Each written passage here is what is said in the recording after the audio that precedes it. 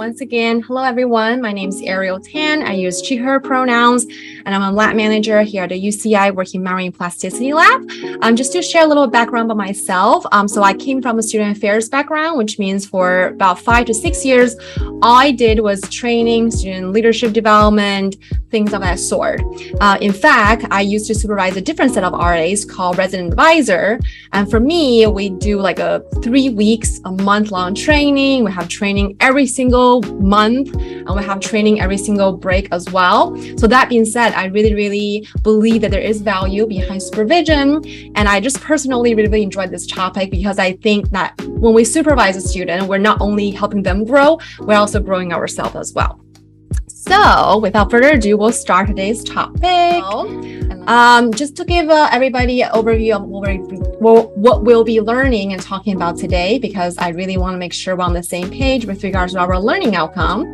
So today we'll be talking about components of successful and effective supervision in a lab setting specifically, since we are working in a lab, where most of us are, and we want to understand how to have an effective onboarding training with your team, because I truly believe that onboarding and training is going to be a really crucial part of your supervision style, as well as your supervision relationship with your staff, and also to reflect on your supervision style to kind of talk about the difference between mentor versus advisor versus supervisor. And here's some rule of thumb stuff. This is not a session about leadership theory or leadership style. Unfortunately, we won't be talking about case studies or some of these like leadership research, even though, again, we all have a research background. And also, I just want to emphasize that supervision is an ongoing learning process of overseeing and managing others. And when in doubt, you can always Google all sorts of templates and resources and forms, because that's kind of where I started accumulating some of these resources. So to make things a little bit engaging, we have an ice-breaking question. So just kind of, you can, unmute yourself and share, or you can share in the chat. I'm happy to read. But the first question is, so walking the memory lane, who do you consider a good supervisor and why? So once again, there's no one-shoe-fits-all approach when it comes to supervision, because I was kind of hoping we can have more answers. But again, communication is very important in any kind of relationship. I really believe in that. And then it's also not about what's perfect, but what works for you and your team. So that being said, today, the information I share might be applicable, might not be applicable. So just take them or leave them and think about what works for your team. And then, so why is it important to be a good supervisor? Number one is crucial for your project management and team dynamic. From a project management perspective, a lot of us lab manager or grad students, our goal is to complete the research. So part of our supervision is to make sure that things are getting done, and our staff knows what they're supposed to do, and we're getting good quality work and eventually complete the project. From a team dynamic perspective, everybody would like to work in an environment that feels supportive, developmental, and just overall healthy and not toxic, things of that sort. So being a good supervisor also helps to create a really supportive and healthy team dynamic. And overall, you also strengthen our own leadership skills and organization and communication skills and anything within that realm. And again, effective supervision can also save lots of resources and energy. So I don't have an HR background, but I have a lot of HR friends. And one of the things I often say is that, to have like a good supervisor really saves company money, because they have less turnover, they have, higher rate of employee happiness and all these wonderful things, because the bottom line is having a good supervisor can again save resources and save energy, because you don't have staff turnover as much. It also helps you to manage up as well. Note that there's a little star. So manage up, we're not going to talk a lot about managing up as a concept, but you all can look up. So basically the idea is that we can also provide our supervisors, your PIs, your advisors, your supervisors, people above you, with resources and tools to help them manage us, which can also be really helpful. Let me admit someone else. All right, cool. So another icebreaker question. Who do you consider is a good supervisor versus good mentor versus good advisor? So note that there are 3 different words that we're using right now. So supervisor, mentor versus advisor. So the purpose of this question is to kind of get us think about the difference between supervision versus mentoring versus advising, because oftentimes we just lump these terms into one big categories and from a researcher perspective, you know that it's really important for us to operationally define different terms so we can achieve specific goals. So in terms of definition, this kind of highlights supervision versus mentor versus advisor or advising. They are all different things. So supervision, based on the definition, is observe and direct the execution of a specific task, project, activity. That's why supervision oftentimes is associated with management, like project management or staff management. Mentoring, on the other hand, is advise or train someone, especially a younger colleague. So oftentimes in our role as lab manager, we're expected to mentor students because we're not only to train them in doing different things, we're also advising them on how to, be a young junior researcher and kind of help them navigate their experiences in school. Advising, on the other hand, is offer suggestion about the best course of action to someone.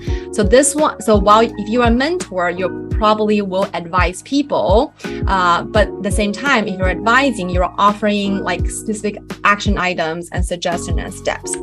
So this relates to the different outcome we're looking at when you're, utilizing different approach. So when you're supervising someone, the goal is to complete something. When you're mentoring someone, the goal is to make them grow. So oftentimes mentor is more personalized, more encouraging, things of that sort. And then when you're advising someone, you're thinking about giving them suggestion on this is what you should do. This is what you should do. And once again, these are not like super, I didn't coin these terms, and these are not like the Webster definition or anything, but they are helpful things for us to think about, because when we have developmental conversation with our RAs and setting these expectations, we can utilize these words and utilize these concepts in helping them understand what is your role as a lab manager and what should be your relationship with them. So once again, by the way, I forgot to mention, so I like theme presentation, and the presentation today is Minions or Despicable Me, because I really like the movie and think it's really cute. And once again, there are 4 quadrants. Again, I suppose if I really want to make this fancy, I can make a theory out of it and do all these place the different role in different quadrant. But in the bottom line, there are 4 components of your role as a supervisor. Number 1 is to complete a task. So in here, Peru has successfully shrunk the moon and grabbed it. Also, there's a team relation perspective, which we mentioned earlier. So right here, we have minions who are having a great time. They're celebrating something. Also, you have to know the job. So you have to know your role as a supervisor. You also have to know the job that you're about to assign the RA to do, because if you don't, they'll get confused because they don't know what's going on. And you kind of sort of lose that trust in them, because they are looking at you as you're someone who can give directions. And if you cannot give directions, or if you seem confused about what's happening, sometimes they might be concerned about your leadership abilities. And last but not least, also know the human. So right here we have, this is a really cute scene actually. So what happened is there's a bunch of minions, right? And then one minions accidentally fired this rocket, but Gru was able to identify who that minion was by calling this minion's name out. So for me, that's really special, because among all these little yellow, little people, Guru was able to identify one person based on the trait, based on the action. So this means that you should, to a certain level, know your team and know your staff. No, I have not seen the new minions. I'm going tonight though. But anyways, going back to the presentation. So yes, you should know your humans, and obviously have boundaries, right? We're not asking you to add them on Instagram or anything like that, but having an idea of who they are, what are their majors, what are their goals, what are their strengths, what are their areas of development can be really helpful for you as a supervisor in thinking about how to develop this person, as well as align this person's strength with the proper task.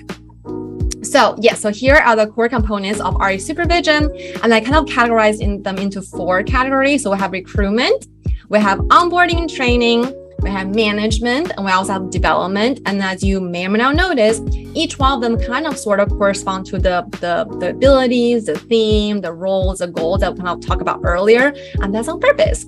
However, I want to give everybody something tangible they can take away. So that being said, I'll also highlight different examples. So the first thing we want to talk about is recruitment. And right here we have this cute scene where Bob, Kevin, and Stuart are, moving on from the ice age or ice cave, going on to Orlando, trying to find their supervisor, someone who can help them how to be a villain. So in terms of recruitment, I think this is really important because if you hire, and you should, hire the right person and think about the fit that we all think about when we think about grad schools or jobs, this fit and this right person can be very instrumental for your and the staff happiness, because for you, it sets the impression and tone of the team. And it also allows you to, again, find people who can do the role in a really, really positive and productive way. But from the student perspective, this is also a learning process for them. Hiring the right person allows let me backtrack a little bit. For you to identify the right person with the right skill set for a particular role can help them to really excel and accomplish in those roles, which can be a really good learning process for them, as well as kind of a road of development. Also, I really like having structure. You probably noticed by my presentations, having structure is really important because, again, having clear position or job description and realistic skill expectations can really result in happiness in the long run. Because going back to communication part, right? As a supervisor, you want to communicate clearly what is the job, what do you have to do, what do you need to learn, and what kind of person you are, where you should be to kind of excel in this role. And then there are two types of people we usually hire, right? So we have the generalist, who are people who can offer just general administrative support. Oftentimes, these are the RAs who are running the research, doing data collections, helping scheduling, helping oversee like the lab email, things of that sort. And for these kind of roles, I oftentimes ask and look for examples. So in the resume, I'll look at examples that kind of highlight the transferable skills. And when I have this conversation with them, I also ask them to provide an example of, tell me a time when you provide customer service, tell me a time when you troubleshoot something with very little directions. There's also specialists. So oftentimes or sometimes we might look for a particular RA who can do something. They can, usually my uneducated guess is probably programming or data analysis. So that being said, in my conversation with them, I ask for example as well, but think about a technical round. So what you can provide them is maybe like a problem or like a simple script or even some sample data, just so that you can have an idea of whether or not they can actually do the things you're asking. Because for me, it's really hard to just kind of talk about programming skills or talk about data analysis skills without seeing some of the actual work that's been done. Another thing I really like to do is have an application and having a short answer. So having application just help me track information like who they are, their email, their phone number, things of that sort. And having short answers for me to learn about their written communication. And oftentimes it's nothing like extravagant. It's literally like in 2 to 3 sentences, tell me about why you want to join our lab, just so that I can learn about this person on a personal level. And then you can also help me to better align their goals and the skills. Again, going back to the conversation about fit, is this the right lab for you? So for example, we are the working memory plasticity lab. We do a lot of cognitive studies, neuroscience studies. Every so often I'll get a student who say oh, I'm pre-med, or I want to apply to pharmacy schools, or I'm looking to gain experience of working with this particular population that I cannot offer them. So for me, that's not a good fit, because again, they might not get that much enjoyment from our lab. And as a result, they might not feel as motivated to stay and be in this lab. And lastly, I do ask resume and transcript. I provide them resources, which we'll talk about in a second. The reason why I ask for transcript, though, is not because I want to have a straight A student or someone like that. My general philosophy is that you're a student, you are paying school lots of money to a school to get a degree. So it's very important for you to make sure you're graduating on time, make sure you're doing your schoolwork. And this philosophy carry through our expectation as well. Make sure that you're doing your school, because the last thing I want to do is to have someone who's really passionate about our lab, but couldn't graduate on time, having some challenges in school as a result of that. That's one of the reasons why I ask transcript. And that's something that I also articulate and share with candidates during interview, letting them know that, hey, you're not being judged per se by getting this this transcript. Again, I just want to highlight that you're a student first. So we want someone who are able to do the lab work in addition to, doing the schoolwork. So this is the part about resources. So think equitably. So oftentimes we think about diversity and inclusion, but we have to actually do them. And the reason why I'm a first generation college student, I'm also a first generation immigrant. So one thing I learned is there are so many hidden social norms that nobody tell me about. So that's why I think it's very important. Like if you're asking for a certain thing, I think it's important for you to provide resources or example as a part of the process, which I will show you out in a second about how, I created the RA application. But the reason why is there are a lot of hidden curriculum or hidden norms that people just don't know. And again, if you're asking for this information, you have to make sure this information does not become a barrier for certain students. So again, know the hidden norms, which put certain students at a disadvantage. We should think about ways that we can kind of, dismantle that. So for example, before my transition into the academia side, there's one time I was interviewing with Berkeley, and what Berkeley did is they gave me the interview question beforehand. So they emailed me the interview question beforehand, and they did an explanation about how the reason why we do this is because, it's not a test, it's a conversation. We want to learn more about you. And, sometimes the role required to think on the feet, but also we want to think we want to learn more about your thought process. So here are the interview questions, which for me makes me feel really, really good, because then number one, it cannot just reduce my nervousness in the interview process. And number two, I really feel like, they're being considerate of people's different personality and providing resources to make all the candidates as successful as they can be in the process. The second part is, again, recruitment is a learning process for you and others. So for RAs, a lot of them are applying or writing resume for the first time, applying something like this for the first time. They don't really have RA experiences, which are all to be expected. But for you as a supervisor, it's all a learning process, because number one, a lot of us had to learn how to outline a job description, which maybe we don't have that experience before. Number two is we had to think about what other available resources that we can use, but also we can offer to students. Also, we have to learn how to clarify ambiguity, because again, when you are in something, there's something that's intuitive, like data collection. If you just mention this term, if you're in the lab, you kind of know what that means. But for RAs or students who have never done research before, like data collection, it's a really, really vague term. So you have to kind of break it down and provide specific examples so they kind of know what to expect. Also, you have to learn how to articulate expectations. So note that earlier I made a comment about set realistic expectations. The reason why I say this is because oftentimes I think some of us might have this anticipation that we can have an RA and hire an RA who can then solve some of the problems that we have. But the reality is a lot of them are still students. A lot of them are really, really high achieving and great students, but they're still students. So therefore, having the right amount of realistic expectation about what can they actually manage, what can they actually provide, what is a good balance between support versus challenge is something we can also think about. And this is what I mean by you have to be honest with yourself and to others.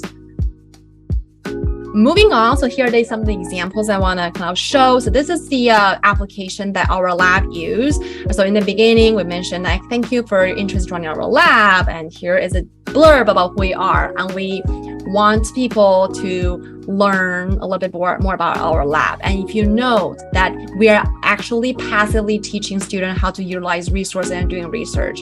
So in here, we ask them to go to the website so they can go to the website and look through those information. Because from their perspective, even though they don't know this, even though we didn't articulate this, but it's still a learning process. We're also instilling passively so that they, whether or not they get into our lab or not, they know moving forward that, if I apply for something else, I should probably check out their website. This is the second little quadrant right here is the part about like resume and CV. Again, not many already have resume or CV to begin with. That's why we offer them like links to resources. We also encourage them to reach out and ask for help or ask for like some references and examples, because again, we want to make sure that this is like this expectation does not become a barrier for certain students. And then right here, there's a big old section about their job description. So here's a link to our full-on job description. Right here is a general description on what they're about to do. Because depends on time, but we don't really hire RAs at this point.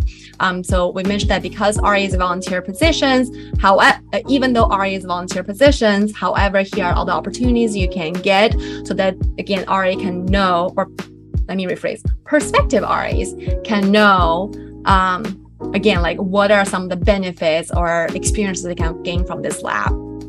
And again, kind of like what people were mentioning earlier, good supervisors does communicate expectation very clearly, and this is kind of what we're trying to do as well up front.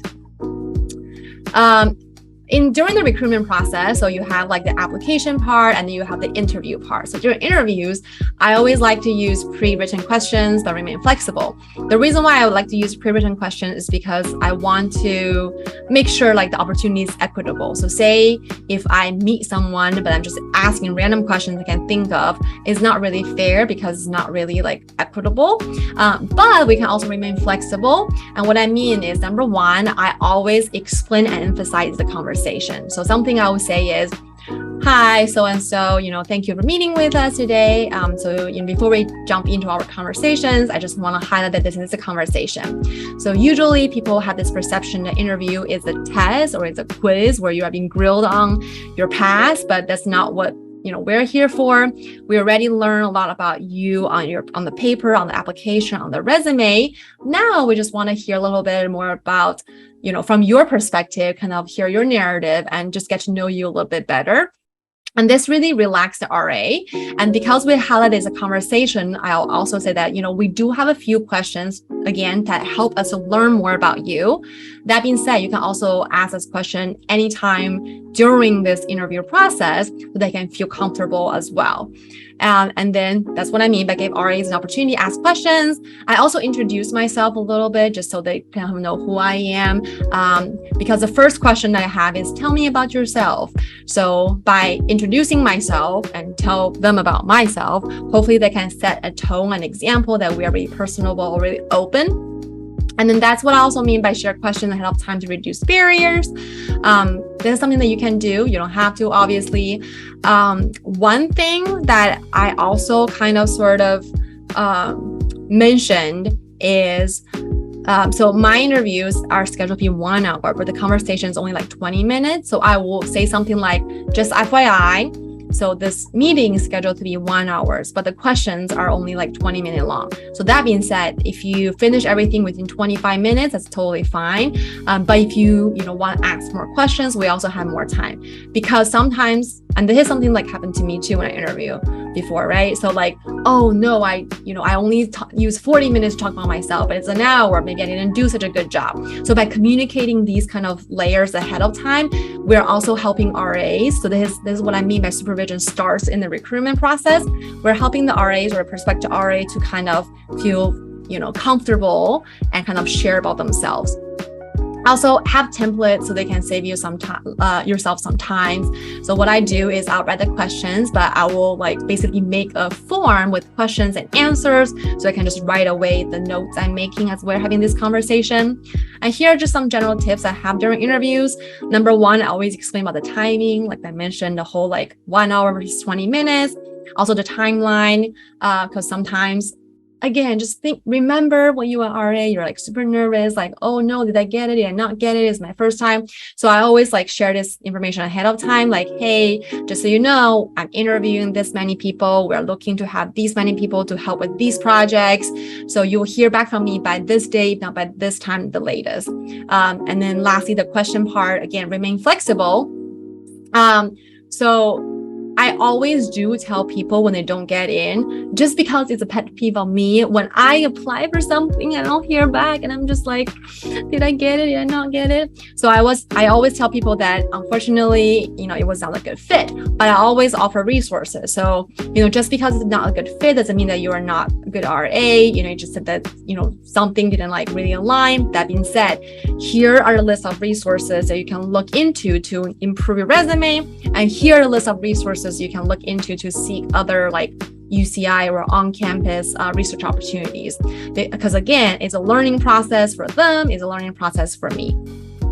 Also, give people 2 days to think about acceptance. So usually when I send out my, congrats email, I always tell them that, hey, you have 2 days to think about it. I want to give you ample time to make sure this is the best decision for yourself. And you can always ask me any questions. And the one other thing is during the interview process, if I ask a question, and this is something that I think is just kind of, human bias, when we ask the questions, there are things we're looking for, right? So sometimes I'll ask a question and then it's very obvious that the student didn't really know what I was asking for. So they're answering question that's unrelated. So I'll then rephrase the questions. So if they don't understand, sometimes I'll even provide like what previous people have shared. A classic example is tell me about yourself, right? So the goal of telling about yourself is to learn about who you are, what are your goals, things of that sort. But oftentimes like RA will start like reiterating their whole resume. So then I'll say, oh, that's so great. Like, thank you for providing these contexts and narratives. But what I was like kind of curious to hear about is why do you want to join our lab?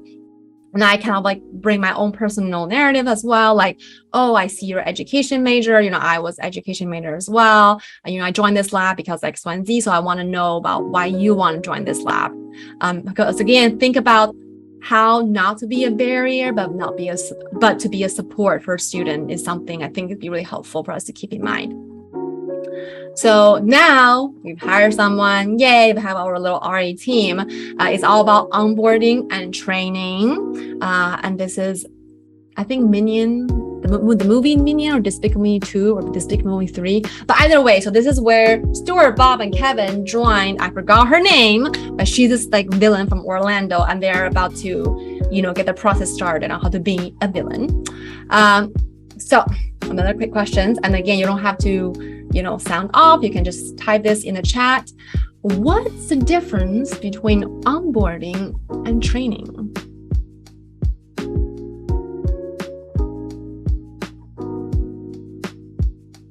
Anyone?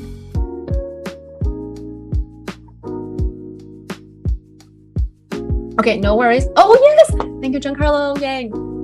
So yes.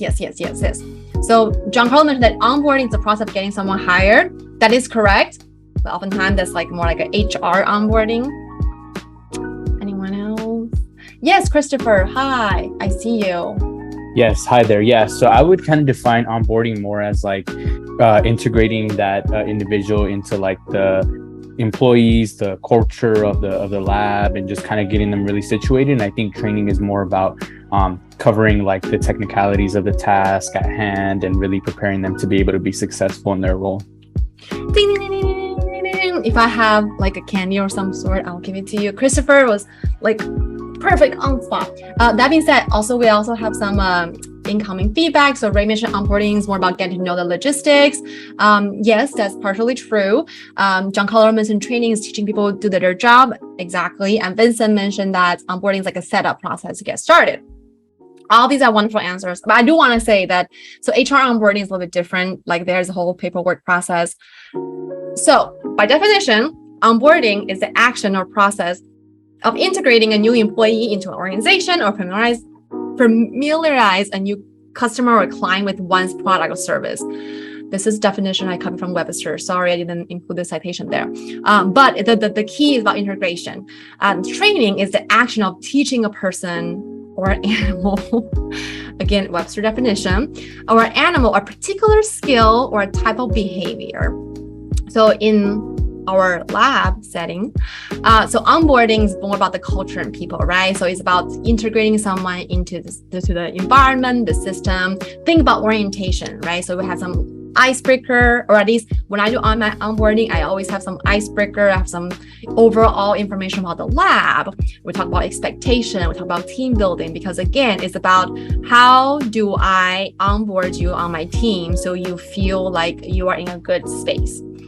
Training wise, more about tasks. So how to run the session, how to clean the data, how to operate, administer, the very specific on how to do certain things. Okay, so onboarding prep. Note that there's a word called prep. So usually I try to make it engaging. As you probably can tell, I have like 50 million icebreaker questions. My go-to is, if you have frozen dessert, what would you be? Especially in summer. In the fall or in the winter, I'll do something like, if you can live in one season forever, what would it be? It's just kind of cute. Make it engaging.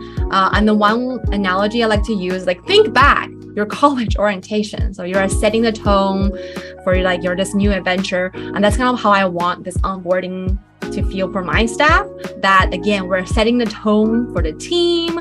And in a way, we're also establishing like a norm so that they know what to expect. And I'm also establishing my role as a supervisor. So things I would kind of make it clear is I am an extrovert, so I talk a lot. So I apologize if you're an introvert and you're like Ariel's talking nonstop.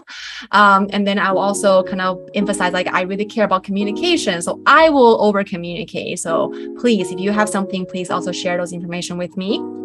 And then the onboarding prep requires some sort of organization documentations. And one thing for you to think about is, what are the necessary tools that can make this RA role successful?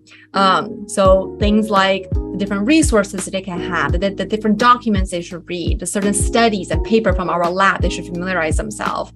I always, and this is true, you can ask my RA, like one of the things I always say is like, update the protocol. What does the protocol say? Because I really think having like documented protocol can really help, because if this is a place where I can track all the information. So I create like an RA handbook, and I include all the position description, the access they need, like different password, the expectations that I have for them. The one thing, and this is a fun team building activity if you have the time for it. So what I do is I have 3 sets of expectations. I have my expectation to my RA, I have expectation that RA have to me as a supervisor, and I have RA's to expectation to each other as a team. So what I would do is I'll have like a meeting of some sort. Again, like it's kind of hard because right now we're all remote, but having a meeting of some sort where I will mention that, okay, so we have like a goal. Please discuss among your team to come up with a team expectation. Like, what do you expect of each other? And the second, come up with a list of expectation of what you're expecting, like me, like how can I be a good supervisor and support you? And I'll step out of the room, I'll sit there, and then once they're done, I'll ask me to come back, and then I'll go over these like team expectation, make sure we're on the same page. The reason why is because, again, going back to what I said in the very beginning, like I have known my people, there's no one shoe fits all. So I want to see what they're looking for in terms of a supervisor that can support them. And then that's when I whip out my expectation, be like, great, so here's my expectation. One thing I always say is what I expect of you, I can also do it myself. So there's no double standard, and so we can like, walk the walk. So that's oftentimes a really fun icebreaker / team building activity if you have the time and resources. I also talk about communication, like how do we communicate? How do we use Slack? I include tutorials about how to use Slack, whatever like method of mode of communication, give that expectation early so they kind of sort of know the norm and know what to expect. All the tools and resources and just necessary training, which I will show you in a second, of like what the email look like.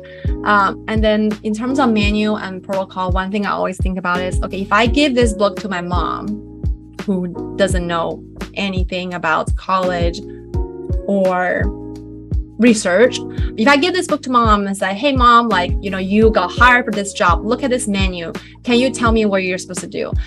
The goal is that she should be able to understand 80% what she needs to do and the things that's in the lab, so that she can feel like she's part of the team. So onboarding prep. So after like they accept their role, I'll send out a bunch of reading materials before our onboarding meeting, which include RA handbook, city training information, and clinical training, Slack invitation, depends on like timing, because sometimes I will just invite them like on the spot during the meeting, their availabilities, and all about me form. So all about me form is a form that I created where I ask questions about like themselves. So things like, what are your goals? What's your favorite class? What's your least favorite class? What is your favorite candy? things of that sort. Obviously, there's a boundary thing. That's something that you have to gauge on based on your own personality as well as the lab personality. But the goal about having this all about me form is that during my first one-on-one with them, I have a good understanding of who they are. Again, going back to what I said earlier, I have to know the people in addition to know my job to be a good supervisor.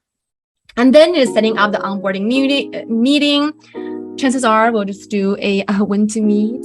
Everybody hates when to meet because sometimes you just get 50 of them, but we have to set up a meeting somehow. We have to make a time that most people are available.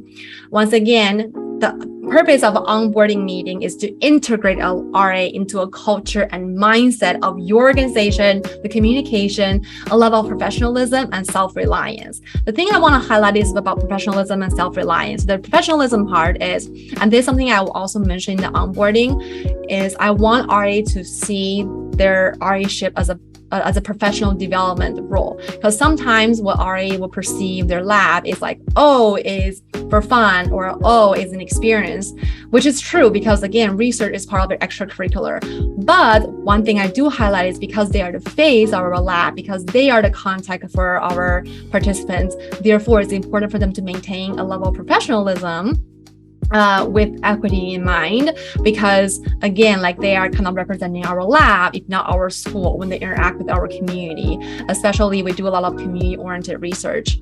The part about self-reliance is for them to get resources so they can rely on themselves to do some research before they reach out for questions. So oftentimes there's a balance between, and I'm pretty sure this is like a shared experience. Sometimes there's a balance of like not asking enough questions, but asking too many simple questions that can be Googled. So a part of this process in their onboarding is to kind of teach and train RAs like, I'm always here for help. That being said, here are all the resources for you in the case I'm not available, so that RA can learn like, oh, okay, I can check this page or I can check this link in case if I forget something. But that being said, I always tell them that, if you have questions, always ask, especially it's time sensitive and participant related. Okay, so here's the lab orientation manual that I wrote for my RAs. So you kind of sort of can get this by the table of contents. So here are the job description, the expectations, the different acronyms and tasks that we have, the access, the location, the contact, the scheduling process. And this is what I mean by there's a whole section on Slack because that's kind of what I rely on in terms of communicating in hybrid mode. We also have information on city training, the MOCA certificate, different projects, and study application. So by reading these documents, RA should have an idea of who is our lab, what is our lab, and what are some of the basic informations. And right here is the onboarding email that I send out. So again, I ask them to, so usually what happens is after I hire someone, I have like a week to figure out like this time for us to meet. So between now and then, I give them a set of action items that they can get themselves ready. So this is what I mean by self-reliance. So you read this document, you do this training, you accept the Slack invitation, you complete this form, you submit your availability, you review this task list, you complete this. So these are the things that RA can do so that again, number one, they're pre-onboarded before I even onboarded them, but also they can get into this mindset like, oh, okay, so this is how Ariel will communicate with me about tasks that I have to complete. These are the documents and resources I can use to do. And also it sets the tone of our lab as an organized lab so they can know, okay, I should, be an organized staff as well, because organization is something our lab really value. Also, we have tutorials and answer sheets. And then moving on, so now that we sent all the documents, I've got all the city training, great, now we're meeting again. So in the onboarding meeting, I always have a presentation. And in these meeting, the most important thing, in my opinion, other than just get them know like different things in lab, who's the people in the lab, where's the lab located, is have clear expectations and communication about things. So in terms of expectation, there are two ways you can do. You can have a list of you should do this, you should not do this. You can also have something that's theme and quality based, which I'll share later. Again, like I mentioned, I have 3 types of expectation. I have the team one, the me to the RA, and the RA to me. One thing I do also tell my RA is like, I understand there's like a lot of documentations, but it's always good for us to talk about these things ahead of time, because again, sometimes not met and unclear expectations where confusion and frustration happens.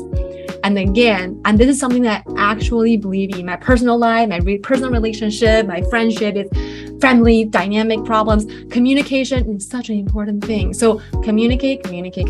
And RA by this point are like, Ariel really likes to communicate. Emphasize the professionalism part. Sometimes I would ask them, is like, okay, if this is a job, what would you do? Right? So like, if this is a job and you are sick, would you just not show up?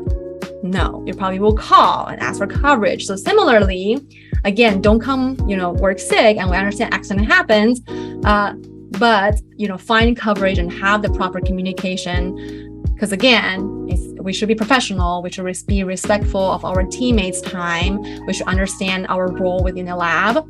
And depends on the timeline. What I like to do is have us start with a why video or conversation. And the reason why is I really believe that as supervisors that we should articulate values that are important to the role, so that we can help RAs to understand why are these things important for them to keep in mind. So the whole idea is like we're making like research is an intentional activities, right? There's this question that we're trying to solve. Similarly, your role is designed to be intentional position so that it can help facilitate some of these things. And this also goes back to the overall arching philosophy about emphasizing like the team culture. Like, we are a team. You play this very, very crucial part of data collection. Without you, we can't do X, Y, and Z. So that's also why it's important for you to meet the timeline so the RA can kind of sort of understand that. So this is what I do in the presentation. So I have a little activity where I ask them like, hey, why do you think we do research? And then sometimes I have to ask this question in different ways because RA are not really sure how to answer it. But oftentimes you can all summarize, but they want to help people, they want to solve problems, they want to they are really curious about something, they want to learn new skills. And I emphasize that these philosophical aspects are really important because they provide values and purpose for what we do in the lab and skills that we hope you do have and develop. Again, we're onboarding, we're setting the tone for our lab. And one thing I also highlight is like, and not every RA will become a researcher because, again, like we're just trying things out when we're students. We want to see if this will work. We think we want to do this, but we're not 100% sure. That's totally fine. So that's also what I mean by when I say it's a developmental opportunity for everyone, is that I tell the RA that I know that not all of you will go into research, so we're not pushing research onto you, but what I want you to think about is transferable skills. What are the skills you can learn and take from our lab? So then you can also have a successful career development later on for a different sector, because I have to help them see the value in the work they do so they can be more motivated and committed. So right now I'm facilitating more of a mentoring role, less than a supervising role, because I'm trying to build their morale, their excitement, kind of motivate them in this position. So start with a why is a video or a book by Simon Sinek is like 20 years now. It's really funny because one time I showed this video to my RAs, and if you've seen the TED Talk, it is literally 20 years ago. And then he had to use one of those big old board and draw it. And one of the RA made a comment like, this looks really old. I'm like, yes, it's kind of old. The bottom line is he had this golden circle thing. So he talks about how organizations succeed because they know their why. So what is your why in organization? And that bleeds into how your organization do certain thing, which bleeds into the nitty-gritty, nuanced tasks of what do you do. So I sometimes have this conversation with the RAs to kind of get them thinking, why are you in this lab? Because sometimes we all have moments when RA have different expertise, they have different motivations. So then my question is, why are you in this lab? And hopefully that by encouraging them to think about their purpose, they can stay more motivated as well. This is what I mean by the expectation. And I know it looks long, but I came from in the last couple places I worked, the expectation list that I have was 4 pages and 10 or 11 font are kind of small. So this is a shortened version of it.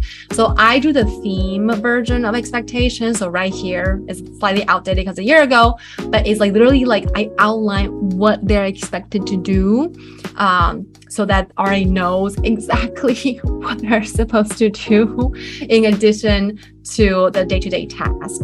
This is really helpful for me because when we have the developmental and constructive conversations, I can always bring back the expectation. So we can say something like, hey, so and so, like we've talked about these earlier on, in the training process, because these are very important. The teamwork is really important because, again, you're part of the team. We rely on you to collect quality data so we can analyze them. So therefore, by not doing X, Y, and Z, you are inevitably kind of sort of hurting the team, and that's one of the reasons why we want you to kind of be mindful about how your action can impact others around you, things of that sort.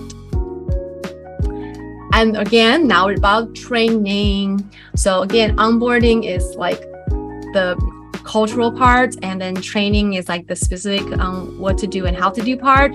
So I always give background of the study, and then I also highlight what is in it for you. So, and the reason why I do this because, and I empathize this with RA too. Sometimes if they're just doing data collection over and over again, gets really, really boring. So I kind of want to highlight like, okay, so by doing this, that, you can, like, this can help you in this different capacity, or it can help you strengthen your resume or strengthen your CV, things of that sort. So the RA knows like, oh, there is something beneficial for me. Additionally, giving them background of the study can also help them answering the question like, what am I doing? So one thing that happened to me is when I was in school, sometimes the parents would ask me like, what do you do at school? And then sometimes it's really hard to articulate what do you do in school because you don't know what you're doing in school. So by telling RA, like, this is what the study is about, and this is what your role in the study, we can kind of help RA to articulate those experiences to others as well. Also, review the protocol with RA and show them how it's done. I like to do group training and buddy system. For number one, it's easier for me to train people in the group because I can popcorn, ask people to read things. It's camaraderie. People are used to like classroom style teaching anyway, so that really helps. The buddy system is sometimes I will pair like a senior RA, like an older RA, and like a younger new RA, so that they can be buddies. So they can, if they have questions that they are afraid to ask me, they can ask their buddy. It also kind of help build the team morale. And here's the procedure of how I do training. So I will ask them to read something. I will ask them to read the protocol, read the background study. I will have them watch a video. I have them answer an answer sheet just so I know they actually read it. But these answer sheets are not meant to be quizzed. They're meant to be reflective. So for example, recently we trained RA on this like cognitive training older adult study. It has multiple parts. The answer sheet was literally like, what is your favorite part of the study? So there's like 12 different tasks we did. What is your favorite task? What is your least favorite task? Why or why not? What is surprising about MOCA to you? Have you heard MOCA before? How does what you read about today relate to what you study in class? Things of that sort, so that RA can, number one, do the task, but also you'd be reflective in this process. Again, if I had the capacity, I'll make a video or not. But then I'll also have them to go through the experiment themselves.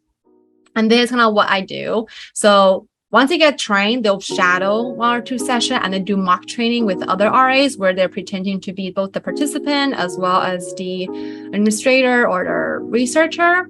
And then they get to, so once they did that mock session, they get to run the experiment while being supervised.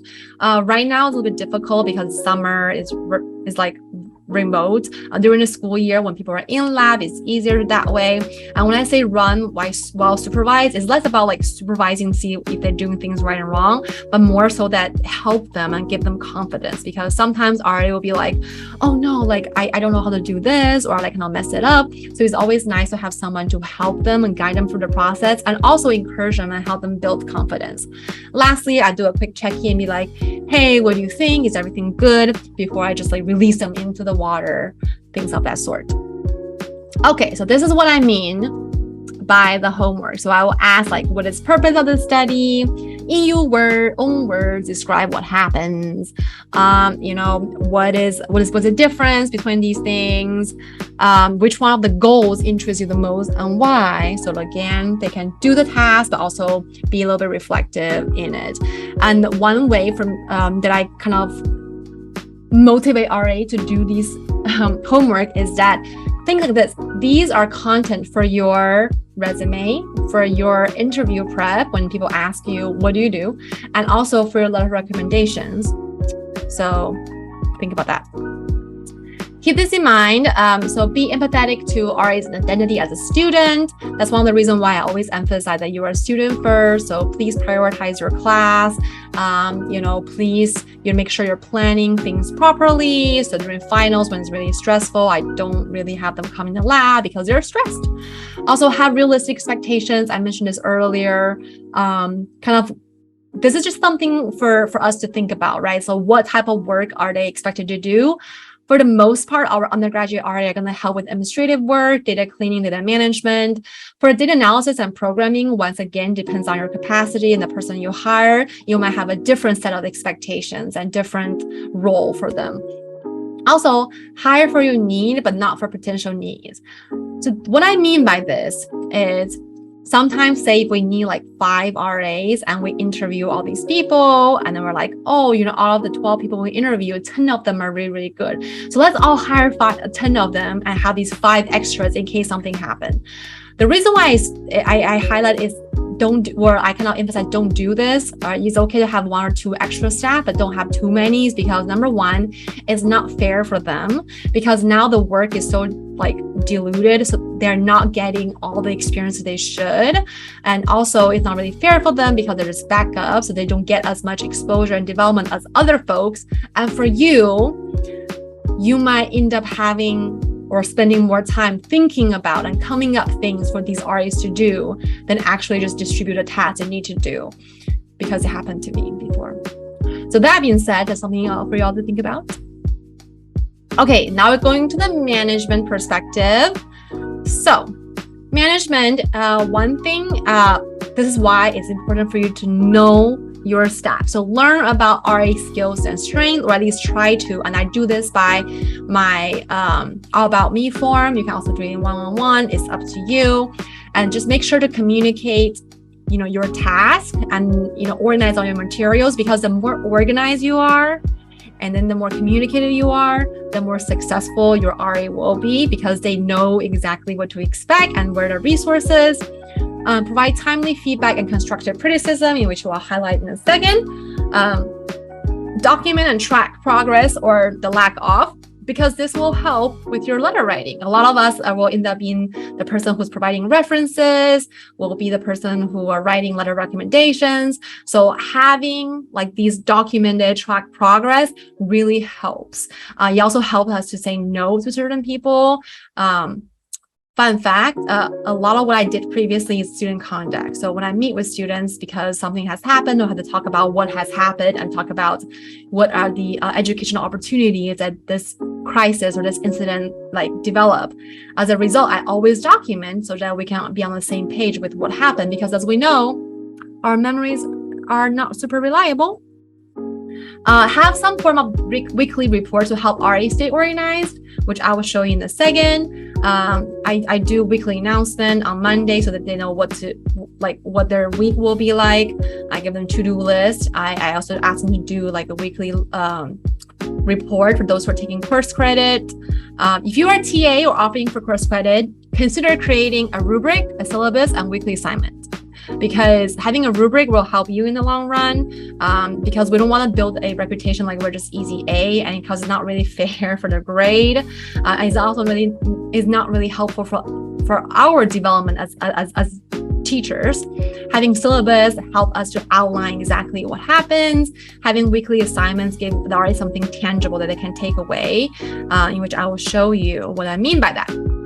So right here, I have the weekly to-do list. So I have everybody's name and what they're supposed to do. And this is helpful in 2 ways. Number one is RA are organized so that they can also learn from this experience, because a lot of RA mentioned that, they also start using something similar to keep track of their personal stuff. And I'm like, yay, development and growth. And also it helps me because I'll be like, all right, well, this person has consistently not been deadline for the past week. Let's have a conversation about what happened. And right here, this is my onboarding thing. So it's things I keep track about, who has been trained, who has, what do I need from a certain individual. It also helps me to have an idea of okay, So, these people are ready to run sessions. These people are not. And these people I need to have a conversation about because something is not like lining up. This is what I mean by weekly announcement. So this is from a few weeks ago. So this is like, okay, so this is what this week will look like. Here are the reminder, here are shadowing sessions. It does take some time, I would admit, but I think it helps my RA. It also helped me because we like to be organized. And okay, so this is the resources I have about constructive criticism. So I'll start with this one actually. So this is like the sandwich method. So you always start with a positive, like compliment, some sort of affirmation, like you're doing this really, really well. And then in the middle, you have like the actual criticism. However, there are certain things that has been doing super well that I'm concerned because X, Y, and Z. And as a result of this, some other things in our lab has been impacted. So I just want to talk to you about what happened and how can we move forward. And then I end with like another, like some sort of affirmation or action plan. So affirmation be like, I know this it's kind of overwhelming. You're doing a great job so far. Again, like you just fix this one thing, be more intentional, pay more attention to details, and then you'll be great. Or have action items like, okay, this conversation is great. Now we have a plan on how can we improve these tasks moving forward. Let's meet again 2 weeks later to kind of see where we're at.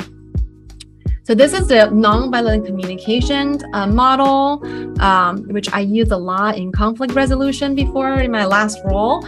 So it's about like communicating in a way that's not harmful for other people's feeling and does not minimize. So instead of using like, you did this, say something with I statement and kind of help the other person see why this is a problem. So like when I see and hear these things from happening, like it makes me feel a certain way, it has certain impact in certain other roles, and because I need or value this, that's why these things are in place. So as a result of that, would you be willing to do X, Y, and Z? Would you be willing to improve on this area because these are really important for our team? Something like that. Again, I really like this because oftentimes they talk about communication not only is about communicating things clearly, but also communicate things effectively and like empathetically and compassionately. So so on the left is the weekly report I give to my RAs who are taking the RA-ship for course credit. So this is what I use for my other RA, the resident advisor in my previous roles. But as you can see, I ask about their week, I ask about their study progress, I ask about their goals, I ask about their feelings, I ask about what they're doing next week, their academics, the shout outs that I like to give for people, the goal, strength, accomplishment, the effort. I ask them to grade themselves and talk about and tell me why they do this way, ideas and project, how's the team. So this is really helpful when you're having one-on-one with RAs because you literally have an agenda of what to talk about. I unfortunately end up losing time and not have the capacity to meet with everybody on one-on-one capacity. So this still really helps because I can receive it and read it and grade it in the long run. Right here, I have the syllabus for the people who are taking the course credit. So I gave them some readings. And again, and the way that I kind of describe the course is like you're taking this course because you're learning how to do research, right? So all these reading informations are helpful. And I purposely chose reading that are short, concise, that don't have jargon. And then usually I'll ask them to report like 1 or 3 things they've learned from the reading as well. So I know they've actually read it. And then I have different like projects. So we use a quarter system. I'm not sure if everybody is from UCI, but we use a quarter system. So we have 3 quarters. So in fall quarter, the final project is asking to do a UROP proposal. In the winter quarter, their final project is to do like a class discussion thing to mimic like a journal club. And then their spring final project, because we're doing our lab symposium, they have to create a poster. So that is all something that's tangible and deliverable. The one thing I would note is they also have the option of doing something that's professional development related in their time here. So if they're like, Ariel, none of your project makes sense. Okay, I don't want to do any of these because I don't want to go into grad school. I'm like, okay, cool, just tell me what you want to do and I'm happy to like facilitate and we can work on that together. So some alternative has been like asking them to do an informational interview of a professor from another department that they want to learn more about, and they can submit like a little reflection write up about the conversation instead of submitting a URL proposal. Moving forward, next quarter, I probably ask them to write the CV just so I can have some tangible. Okay, I have a lot of forms. This is the quarterly reflection and evaluation. This is part of their evaluation and is modeled after any kind of employee evaluation. So it's helpful for me to use this guide as a conversation starter, especially for those who are taking course credit. So the conversation is, what do you think? Do you think you meet expectation on these areas? If so, in what ways do you need improvement or you're exceeding expectations? They get to tell me what they think their grade is. They get to put their comments here. They talk about their strength and weakness. The reason why I have this is because it helps me to have these conversations. It helps RA to think and also give RA something tangible they can do. And it helps me as well as Susan, PI, to write letter of recommendation when times comes because we have all these documents. Okay. This is our last module / segment / topic. Development is super cute, super fun because all about the fun things. So identify, encourage RAs to exercise their own leadership skills. So what I end up doing is once I get to know RA well, I'll encourage them to either, do something on their own or utilize their creativity. And then for me, I can also start delegating tasks for them so they can like help me to do certain thing, which can also yield to more information they can put in their CV and resume, such as like participant scheduling, like outreach, things of that sort. Also create a buddy and peer mentor. So again, assign an older RA and a younger RA together so that they can build that like peer relationship and camaraderie. Be supportive and developmental about RA's own research project, although this will take away efforts, energy from you, and sometimes it may be more than you think. So that's something that you can think about, evaluate what your capacity is and how many people you can mentor. And then show appreciation and build morale. I do this by doing the kudo thing, which I will show you in a second. So I have like a channel where people can give each other shout outs. I have somewhere in my forum where they can talk about, they want to give kudos to a certain RA because this RA has helped them a lot. Also remember, we all have different goals.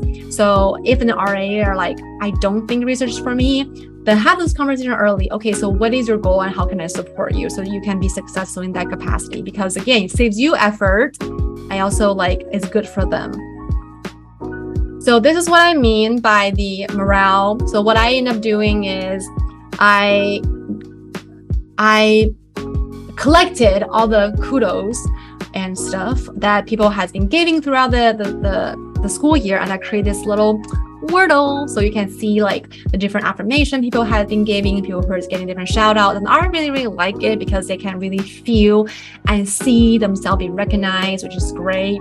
And there is something on the right hand, it's something you can opt in or opt out. So what I like to do is I like to give people goodie bags just so that, it's been a really hard semester or it's a really exciting school year. So, here are some goodie bags for you to keep going. It's small things like this. One thing that I also really like to do in the past is write little thank you notes or affirmation cards. It doesn't have to be anything fancy, but it's about being intentional. You are intentionally showing people that you care about them and you appreciate them. And I think that's really important for you as a supervisor, because while you're managing the task, you're also managing the staff. Not only do you care about the completion of the task, you are also caring about the wellness and well-being of your staff. And also just remember that we all grow at different rates, and that is okay. So sometimes we'll have RAs who are just like selling everything. Sometimes we have RAs who need a little bit extra. Sometimes we have RA who we have to have really hard conversation about, I don't think this is a good role for you, or this is a good fit for you. And that's okay. We are also growing as supervisors, and that's something for us to keep in mind. Once again, there are no perfect supervision. They're only learning process. And that kind of concludes my presentation. So now I'm gonna pause the recording so we can ask questions.